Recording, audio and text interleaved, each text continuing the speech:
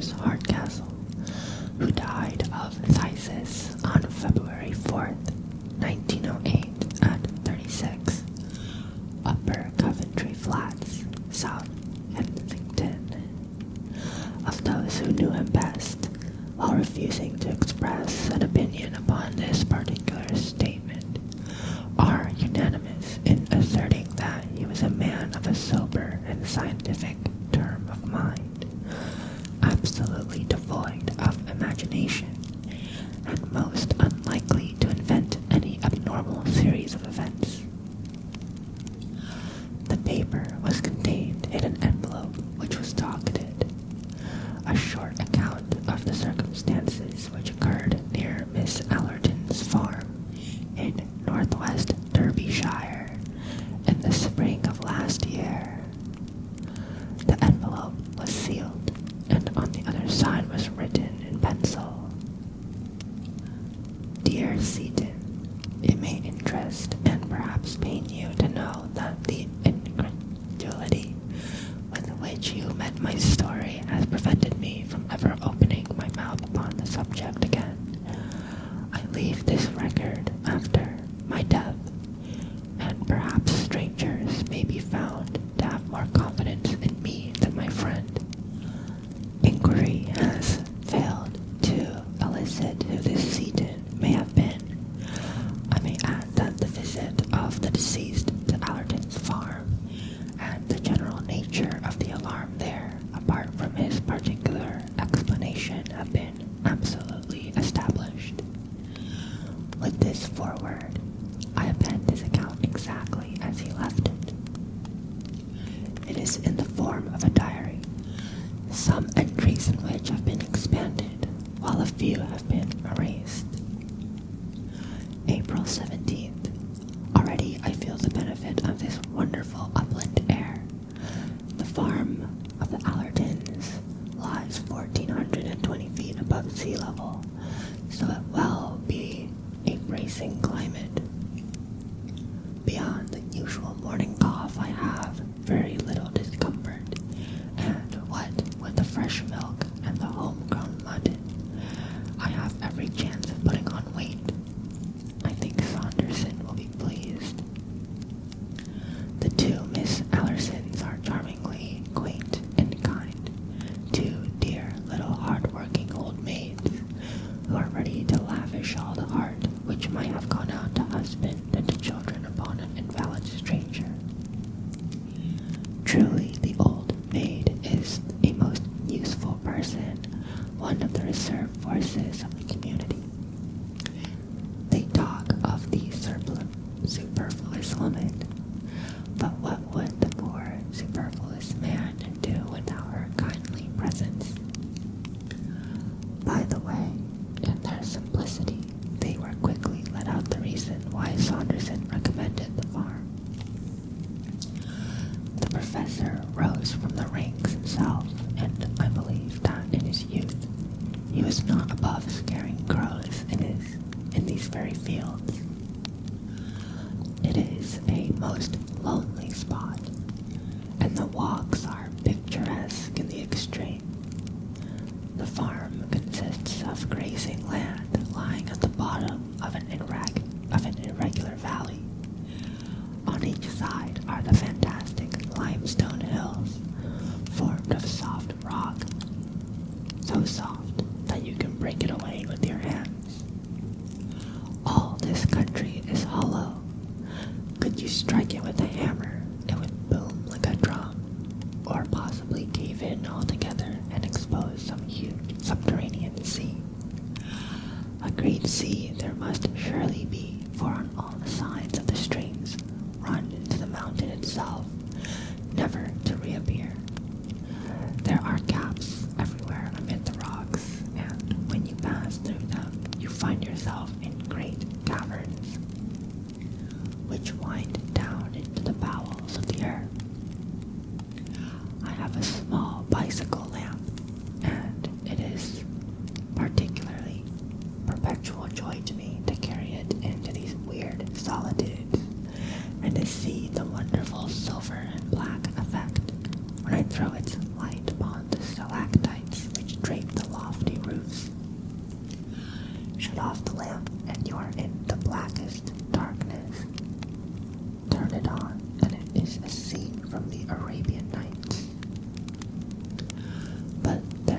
one of these strange openings in the earth which has a special interest, for it is the handiwork not of nature but of man. I had never heard of Blue John when I came to these parts. It is the name given to a peculiar mineral of a beautiful purple shade, which is only found at 1 or 2 places in the world. It is so rare that an ordinary vase of Blue John would be valued at a great price. The Romans, with that extraordinary instinct of theirs, discovered that it was to be found in this valley, and sank a horizontal shaft deep into the mountainside. The opening of their mine has been called Blue John Gap, a clear-cut arc in the rock, the mouth of all overgrown with bushes. It is a goodly passage which the Roman miners have cut, and it intersects some of the water-worn caves, so that if you enter Blue John Gap, you would do well to mark your steps and to have a good store of candles, or you may never make your way back to daylight again. I have not yet gone deeply into it, but this very day I stood at the mouth of the arch tunnel, peering deep into the black recesses beyond.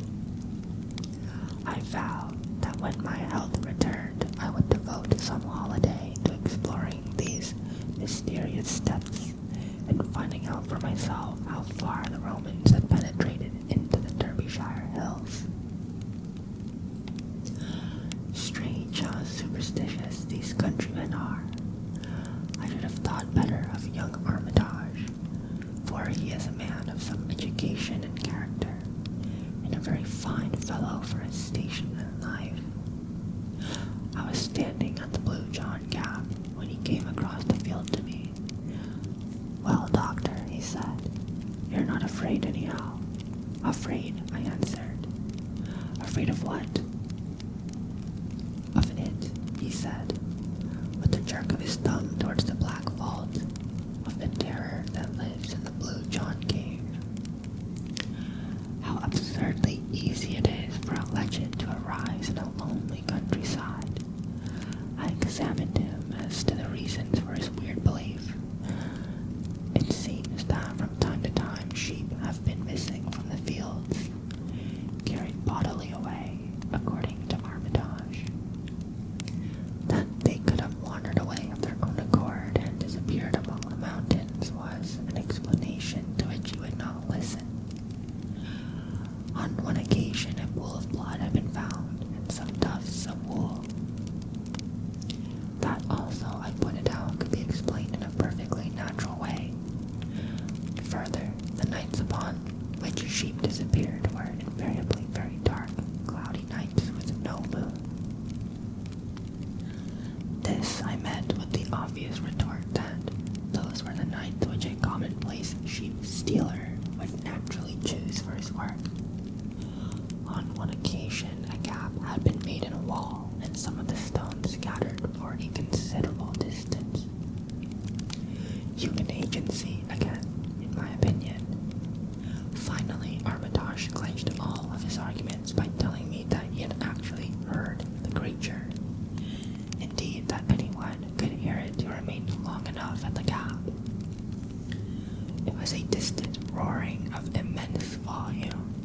I could not but smile at this, knowing as I do the strange reverberations which come out of an underground water system amid the chasms of a limestone formation.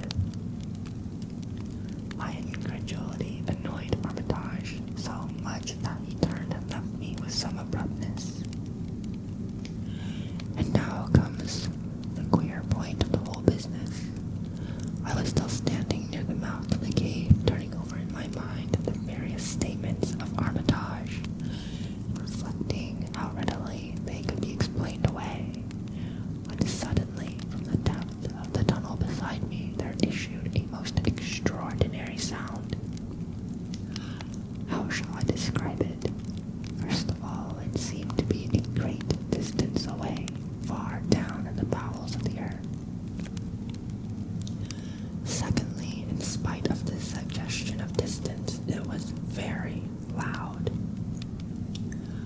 Lastly, it was not a boom nor a crash, such as one would associate with falling water or tumbling rock, but it was a high whine, tremulous and vibrating, almost like the whinnying of a horse. It was certainly a most remarkable experience, and one which for a moment I must admit gave a new significance to Armitage's words. I waited by the Blue John Gap for half an hour or more, but there was no return of the sound, so at last I wandered back into the farmhouse, rather mystified by what had occurred. Decidedly, I shall explore that cavern when my strength is restored. Of course, Armitage's explanation is too absurd for discussion, and yet that sound was certainly very strange. It still rings in my ears as I write. April 20th. In the last 3 days, I have made several expeditions to the Blue John Gap, and have even penetrated some short distance. But my bicycle lantern is so small and weak that I dare not trust myself very far. I shall do the thing more systematically. I have heard no sound at all, and could almost believe that I had been the victim of some hallucination suggested, perhaps by Armitage's conversation. Of course, the whole idea is absurd, and yet I must confess that those bushes at the entrance of the cave do present an appearance as if some heavy creature had forced its way through them. I begin to be keenly interested. I have said nothing to the Miss Allertons, for they are quite superstitious enough already, but I have bought some candles and mean to investigate for myself. I observed this morning that among the numerous tufts of sheep's wool which lay among the bushes near the cavern, there was one which was smeared with blood. Of course, my reason tells me that if a sheep wander to such rocky places, they are likely to injure themselves, yet somehow that splash of crimson gave me a sudden shock, and for a moment I found myself shrinking back in horror from the old Roman arch. A fetid breath seemed to ooze from the black depths into which I peered. Could it be indeed possible that some nameless thing, some dreadful presence, was lurking down yonder? I should have been incapable of such feelings in the days of my strength, but one grows more nervous and fanciful when one's health is shaken. For the moment, I weakened in my resolution and was ready to leave the secret of the old mine, if one exists, forever unsolved. But tonight, my interest has returned, and my nerves grown more steady. Tomorrow I trust that I shall have gone more deeply into this matter. April 22nd. Let me try and set down as accurately as I can my extraordinary experience of yesterday. I started in the afternoon and made my way to the Blue John Gap. I confessed that my misgivings returned as I gazed into its depths, and I wished that I had brought a companion to share my exploration. Finally, with a return of resolution, I lit my candle and pushed my way through the briars and descended into the rocky shaft. It went down at an acute angle for some 50 feet, the floor being covered with broken stone. Thence there extended a long, straight passage cut into the solid rock. I am no geologist, but the lining of this corridor was certainly of some harder material than limestone, for there were points where I could actually see the tool marks which the old miners had left in their excavation, as fresh as if they had done yesterday. Down this strange old-world corridor I stumbled, my feeble flame throwing a dim circle beyond, the more threatening and obscure. Finally, I came to a spot where the Roman tunnel opened into a water-worn cavern. A huge hall hung with long white icicles of lime deposit. From this central chamber, I could dimly perceive that a number of passages worn by the subterranean streams wound away into the depths of the earth. I was standing there wondering whether I had better return, or whether I dare venture farther into this dangerous labyrinth, when my eyes fell upon something at my feet which strongly arrested my attention. The greater part of the floor of the cavern was covered with boulders of rock, or with hard incrustations of lime, but at this particular point there had been a drip from the distant roof, which had left a patch of soft mud. In the very center of this there was a huge mark, an ill-defined blotch, deep, broad, and irregular, as if a great boulder had fallen upon it. No loose stone lay near, however, nor was there anything to account for the impression. It was far too large to be caused by any possible animal, and besides, there was only one, and the patch of mud was of such size that no reasonable stride could have covered it.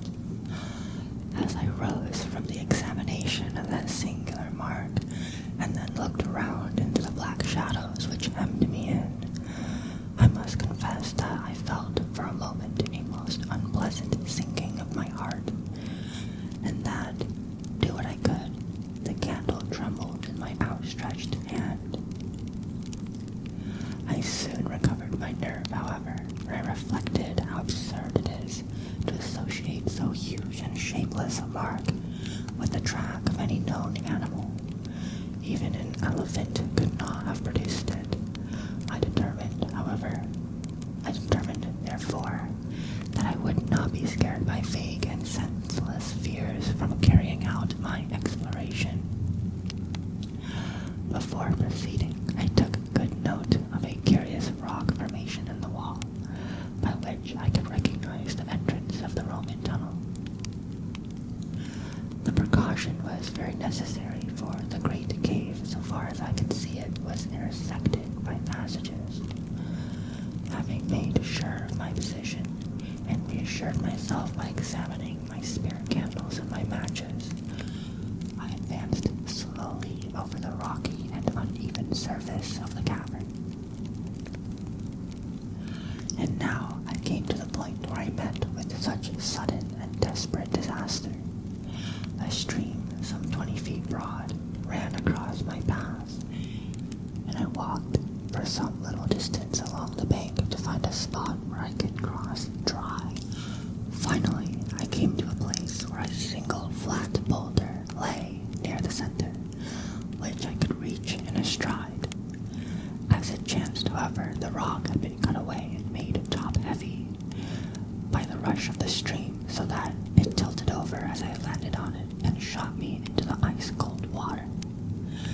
My candle went out, and I found myself floundering about in utter and absolute darkness. I staggered to my feet again, more amused than alarmed by my adventure. The candle had fallen from my hand and was lost in the stream, but I had 2 others in my pocket, so that it was of no importance. I got one of them ready and drew out my box of matches to light it. Only then did I realize my position. The box had been soaked in my fall into the river. It was impossible to strike the matches. A cold hand seemed to close around my heart as I realized my position. The darkness was opaque and horrible. It was so utter one put one's hand up.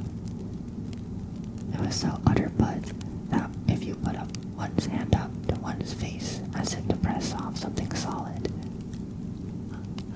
I stood still, and by an effort I steadied myself. I tried to reconstruct it in my mind, a map of the floor of the cavern as I had last seen it.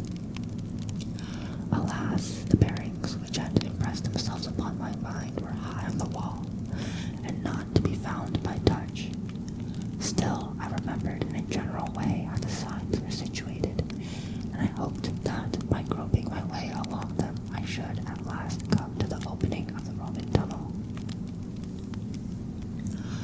Moving very slowly and continually striking against the rocks, I set out on this desperate quest. But I very soon realized how impossible it was. In that black, velvety darkness, one lost all one's bearings in an instant. Before I had made a dozen paces, I was utterly bewildered as to my whereabouts. The rippling stream, which was the only sound audible, showed me where it lay, but the moment I left its bank, I was utterly lost. The idea of finding my way back in absolute darkness through that limestone labyrinth was clearly an impossible one. I sat down upon a boulder and reflected upon my unfortunate plight. I had not told anyone that I had proposed to come down to the Blue John mine, and it was unlikely that a search party would come after me. Therefore, I must trust my own resources to get clear of the danger. There was only one hope, and that was that the matches would dry. When I fell into the river, only half of me had gone thoroughly wet. My left shoulder had remained above the water. I took the box of matches, therefore, and put it into my left armpit. The moist air of the cavern might possibly be counteracted by the heat of my body, but even so, I knew that I could not hope to get a light for many hours. Meanwhile, there was nothing for it but to wait. By good luck, I had slipped several biscuits into my pocket before I left the farmhouse. These I now devoured and washed them down with a draught from that wretched stream which had been the cause of all my misfortunes. Then I felt about for a comfortable seat among the rocks, and having discovered a place where I could get my support for my back, I stretched out my legs and settled myself down to wait. I was wretchedly damp and cold, but I tried to cheer myself with the reflection that modern science prescribed to open windows and walks in all weathers for my disease.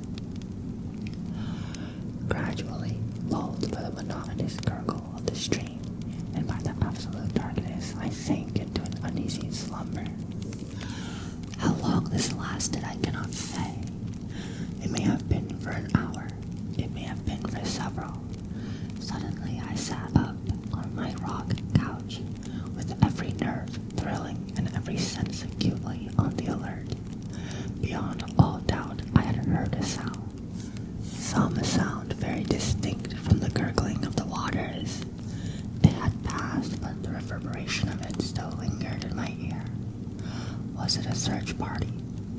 They would have most certainly have shouted, and then, vague as this sound was which had awakened me, it was very distinct from the human voice. I sat palpitating and hardly daring to breathe. There it was again and again. Now it had become continuous.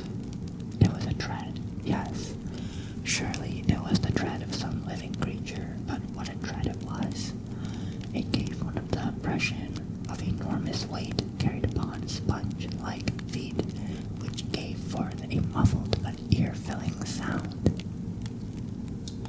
The darkness was as complete as ever, but the tread was regular and decisive, and it was coming beyond all question in my direction.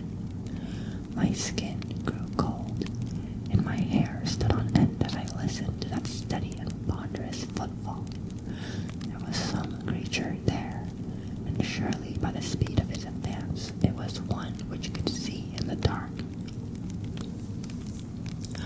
I crouched low on my rock and tried to blend myself into it. The steps grew nearer still, then stopped, and presently I was aware of a loud lapping and gurgling.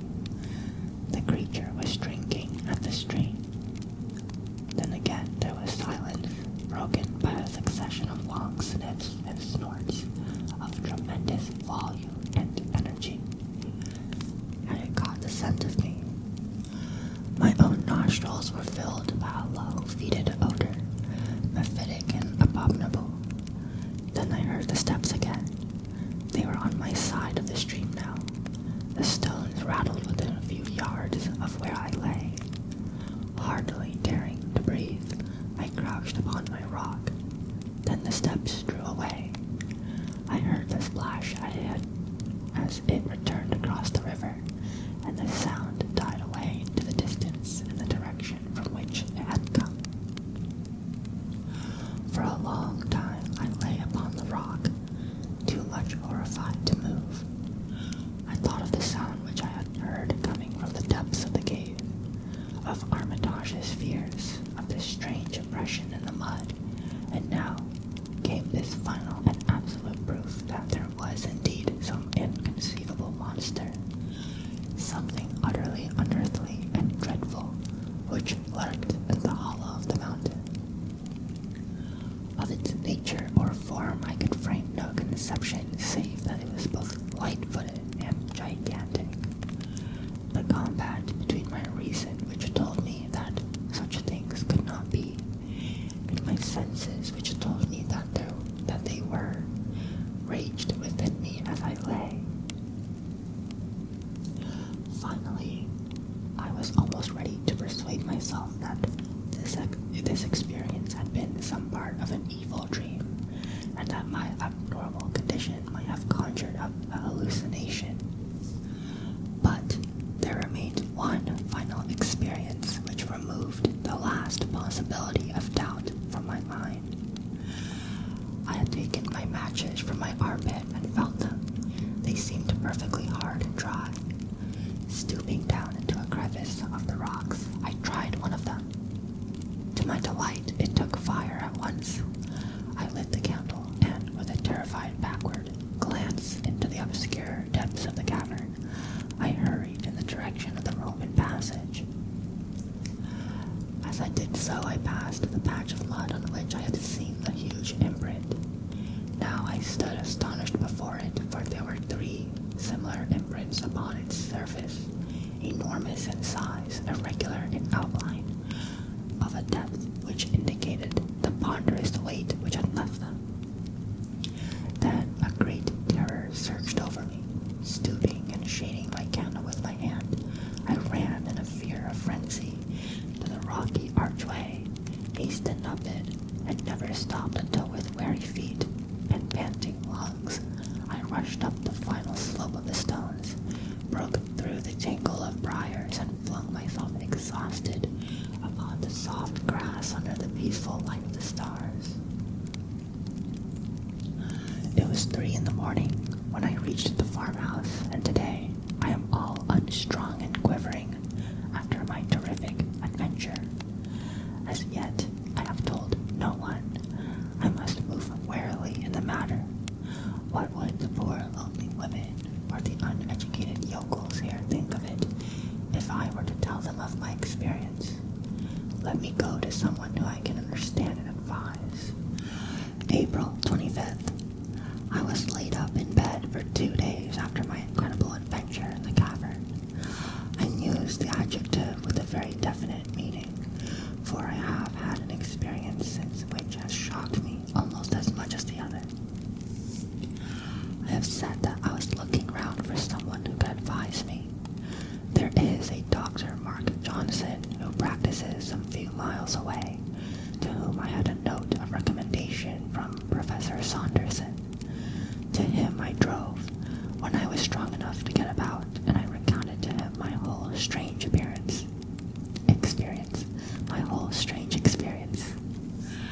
He listened intently and then carefully examined me, paying special attention to my reflexes and to the pupils of my eyes. When he had finished, he refused to discuss my adventure, saying that it was entirely beyond him, but he gave me the card of a Mr. Picton at Castleton, with the advice that I should instantly go to him and tell him my story exactly as I had done to himself. He was, according to my advisor, the very man who was preeminently suited to help me. I went on to the station, therefore, and made my way to the little town, which is some 10 miles away. Mr. Picton appeared to be a man of importance, as his brass plate was displayed considerable building on the outskirts of town. I was about to ring his bell when some misgiving came into my mind, and, crossing to a neighboring shop, I asked the man behind the counter if he could tell me anything of Mr. Picton.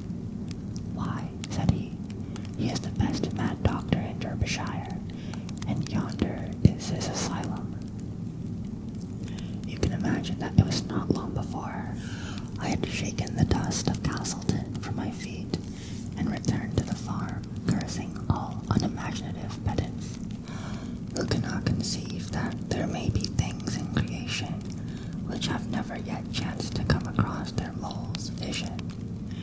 After all, now that I am cooler, I can afford to admit that I have been no more sympathetic to Armitage than Dr. Johnson has been to me.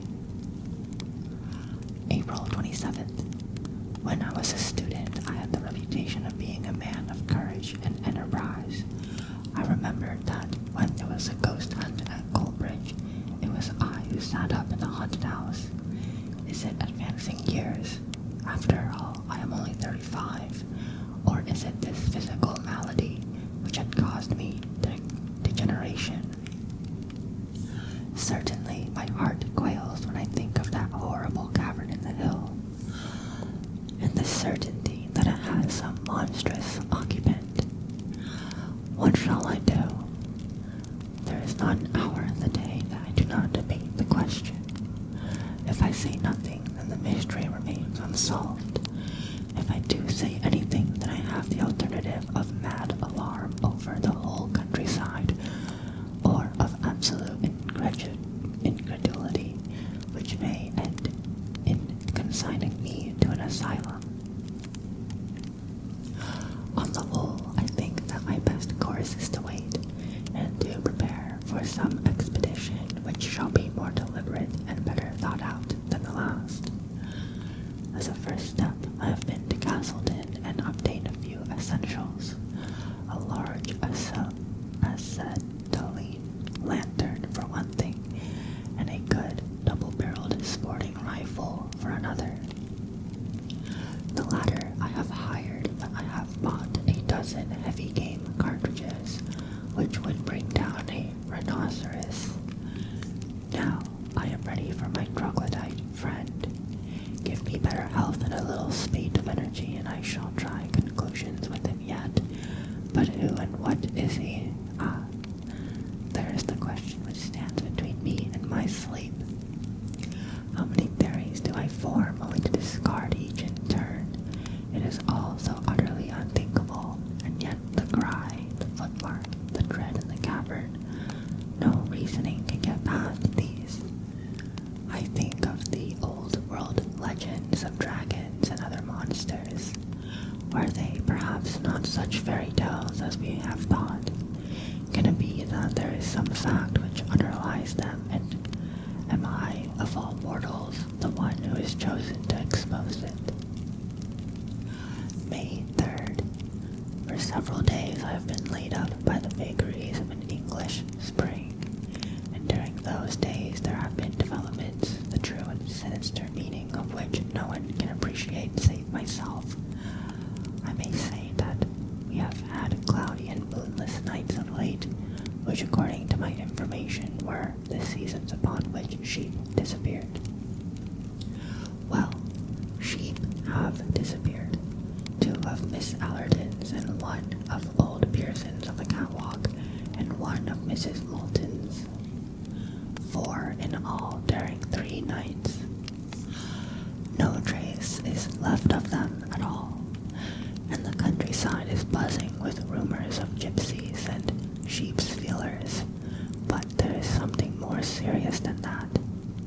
Young Armitage has disappeared also. He left his moorland cottage early on Wednesday night and has never been heard of since. He was an unattached man, so there is less sensation than would be otherwise. The popular explanation is that he owes money, and has found a situation in some other part of the country, whence he will presently write for his belongings. But I have grave misgivings. Is it not much more likely that the recent tragedy of sheep has has caused him to take some steps which may have ended in his own destruction. He may, for example, have lain in wait for the creature and been carried off by it into the recesses of the mountain. What an inconceivable fate for a civilized Englishman of the 20th century, and yet I feel that it is possible and even probable. But in that case, how far am I answerable both for his death and for any other mishap which may occur? Surely, with the knowledge I already possess, it must be my duty to see that something is done, or if necessary, to do it myself. It must be the latter, for this morning I went down to the local police station and told my story. The inspector entered it all into a large book and bowed me out with commendable gravity, but I heard a burst of laughter before I had got down his garden path. No doubt he was recounting my adventure to his family. June 10th. I am writing this propped up in bed 6 weeks after my last entry in this journal. I have gone through a terrible shock both to mind and body, arising from such an experience as has seldom befallen a human being before. But I have attained my end. The danger from the terror which dwells in the blue John Gap has passed, never to return. Thus much at least I, a broken invalid, have done for the common good. Let me now recount what occurred as clearly as I may. The night of Friday, May 3rd, was dark and cloudy, the very night for the monster to walk. About 11 o'clock I went from the farmhouse with my lantern and my rifle, having first left a note upon the table of my bedroom, in which I said that, if I were missing, search should be made for me in the direction of the gap. I made my way to the mouth of the Roman shaft, and, having perched myself among the rocks close to the opening, I shut off my lantern and waited patiently with my loaded rifle ready to my hand. It was a melancholy vigil. All down the winding valley I could see the scattered lights of the farmhouses and the church clock of Chapel-a-Dale. Tolling the hours came faintly to my ears. These tokens of my fellow men served only to make my own position seem the more lonely, and to call for a greater effort to overcome the terror which tempted me continually to get back to the farm and abandon forever this dangerous quest. Yet there lies in every man a rooted self-respect which makes it hard for him to turn back from that which he has once undertaken. This feeling of personal pride was my salvation now, and it was that alone which held me fast when every instinct of my nature was dragging me away. I am glad now that I had the strength, in spite of all that has cost me. My manhood is at least above reproach. 12 o'clock struck in the distant church, then 1, then 2. It was the darkest hour of the night. The clouds were drifting low and there was not a star in the sky. An owl was hooting somewhere among the rocks, but no other sound save the gentle sough of the wind came to my ears. And then, suddenly, I heard it. From far away down the tunnel came those muffled steps, so soft and yet so ponderous. I heard also the rattle of stones as they gave way under that giant tread. They drew nearer. They were close upon me. I heard the crashing of the bushes around the entrance, and then dimly through the darkness I was conscious of the loom of some enormous shape, some monstrous, inchoate creature, passing swiftly and very silently out from the tunnel. I was paralyzed with fear and amazement. Long as I had waited, now that it had actually come, I was unprepared for the shock. I lay motionless and breathless while the great dark mass whisked by me and was swallowed up in the night. But now I nerved myself for its return. No sound came from the sleeping countryside to tell of the horror which was loose. In no way could I judge how far off it was, what it was doing, or when it might be back. But not a second time should my nerve fail me, not a second time should it pass unchallenged. I swore it between my clenched teeth as I laid my cocked rifle across the rock. And yet it nearly happened. There was no warning of approach now as the creature passed over the grass. Suddenly, like a dark, drifting shadow, the huge bulk loomed up once more before me, making for the entrance of the cave. Again came that paralysis of volition, which held my crooked forefinger impotent upon the trigger. But, with a desperate effort, I shook it off. Even as the brushwood rustled and the monstrous beast blended with the shadow of the gap, I fired at the retreating form. In the blaze of the gun, I caught a glimpse of the great shaggy mass, something with rough and bristling hair, of a withered gray color fading away to white in its lower parts. The huge body supported upon short, thick, curving legs. I had just that glance, and then I heard the rattle of the stones as the creature tore down into its burrow. In an instant, with a triumphant revulsion of feeling, I had cast my fears to the wind, and uncovering my powerful lantern with my rifle in my hand, I sprang down from my rock and rushed after the monster down the old Roman shaft. My splendid lamp cast a brilliant flood of vivid light in front of me, very different from the yellow glimmer which had aided me down the same passageway only 12 days before.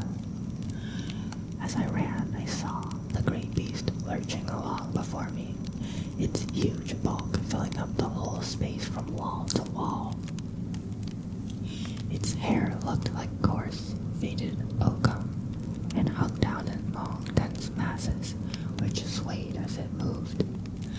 It was like an enormous, unclipped sheep in its fleece, but in size it was far larger than the largest elephant, and its breadth seemed to be nearly as great at its height. It fills me with amazement now to think that I should have dared to follow such a horror into the bowels of the earth, but when one's blood is up and one's quarry seems to be flying, the old primeval hunting spirit awakes and prudence is cast to the wind. Rifle in hand, I ran at the top of my speed upon the trail of the monster. I had seen that the creature was swift. Now I was to find out, to my cost, that it was also very cunning. I had imagined that it was in panic flight, and that I had only to pursue it. The idea that it might turn upon me never entered my excited brain. I have already explained that the passage down which I was racing opened into a great central cave. Into this I rushed, fearful lest I should lose all trace of the beast, but he had turned upon his own traces, and in a moment we were face to face. That picture, seen in the brilliant white light of the cavern, is etched forever upon my brain. He had reared up on his hind legs as a bear would do, and stood above me, enormous, menacing. Such a creature as no nightmare had ever brought to my imagination. I have said that he reared like a bear, and there was something bear-like, if one could conceive a bear which was tenfold the bulk of any bear seen upon earth. In his whole pose and attitude, in his great crooked forelegs with their ivory white claws, in his rugged skin, and in his red, gaping mouth, fringed with monstrous fangs. Only in one point did he differ from a bear, or from any other creature which walks the earth, and even at that supreme moment a shudder of horror passed over me as I observed that the eyes which glistened in the glow of my lantern were huge projecting bulbs, white and sightless. For a moment his great paws swung over my head. The next he fell forward upon me, and my broken lantern crashed to the earth, and I remember no more. When I came to myself, I was back at the farmhouse of the Allertons. 2 days had passed since my terrible adventure into the Blue John Cave. seems that I had lain all night in the cave insensible from concussion of my brain, with my left arm and 2 ribs badly fractured. In the morning my note had been found. A search party of 12 farmers assembled, and I had been tracked down and carried back to my bedroom, where I had lain in high delirium ever since. There was, it seems, no sign of the creature, and no blood stain which would show that my bullet had found him as he passed. Save for my own plight and the marks upon the mud, there was nothing to prove that what I said was true. 6 weeks have now elapsed, and I am now able to sit out once more in the sunshine. Just opposite me is the steep hillside, gray with shoaly rock, and yonder on its flank is the dark cleft, which marks the opening of the Blue John Gap. But it is no longer a source of terror. Never again through that ill-omened tunnel shall any strange shape flit out into the world of men. The educated and scientific, the Dr. Johnsons and the like, may smile at my narrative, but the poorer folk of the countryside had never a doubt as to its truth. On the day after my recovering consciousness, they assembled in their hundreds round the Blue John Gap. As the Castleton courier said, it was useless for a correspondent or for any of the adventurous gentlemen who had come from Matlock, Buxton, and other parts to offer to descend, to explore the cave to the end, and to finally test the extraordinary narrative of Dr. James Hardcastle. The country people had taken the matter into their own hands, and from an early hour of the morning they had worked hard in stopping up the entrance of the tunnel. There is a sharp slope where the shaft begins, and great boulders rolled along by many willing hands were thrust down it until the gap was absolutely sealed. So the ends of the episode, which has caused such excitement throughout the country. Local opinion is fiercely divided upon the subject. On the one hand are those who point to Dr. Hardcastle's impaired health and to the possibility of cerebral liaisons of tubercular origin giving rise to strange hallucinations.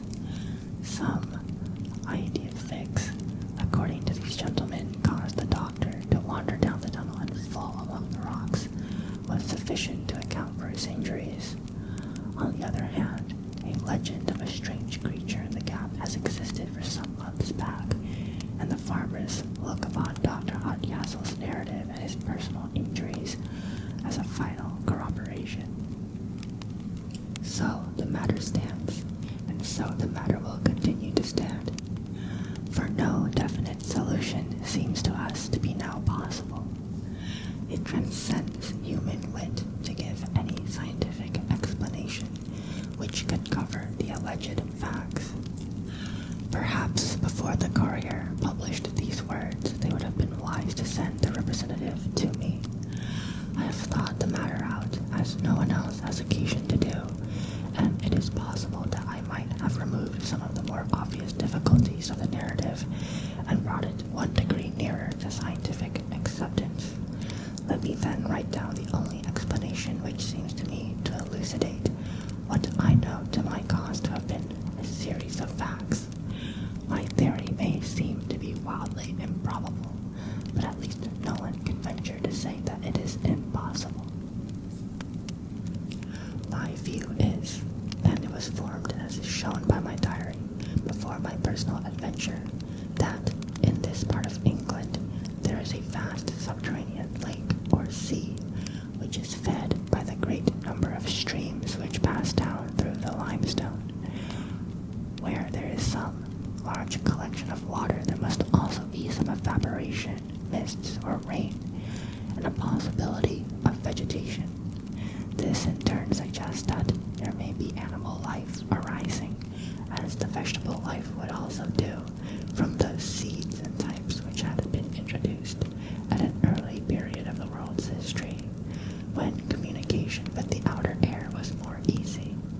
This place had then developed a fauna and flora of its own, including such monsters as the one which I had seen, which may well have been the old cave bear, enormously enlarged and modified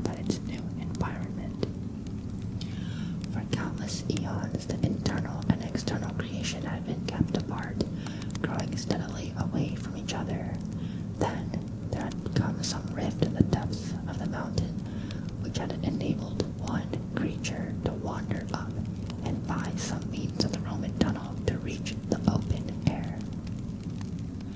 Like all subterranean life, it had lost the power of sight, but this had no doubt been compensated for by nature in other directions.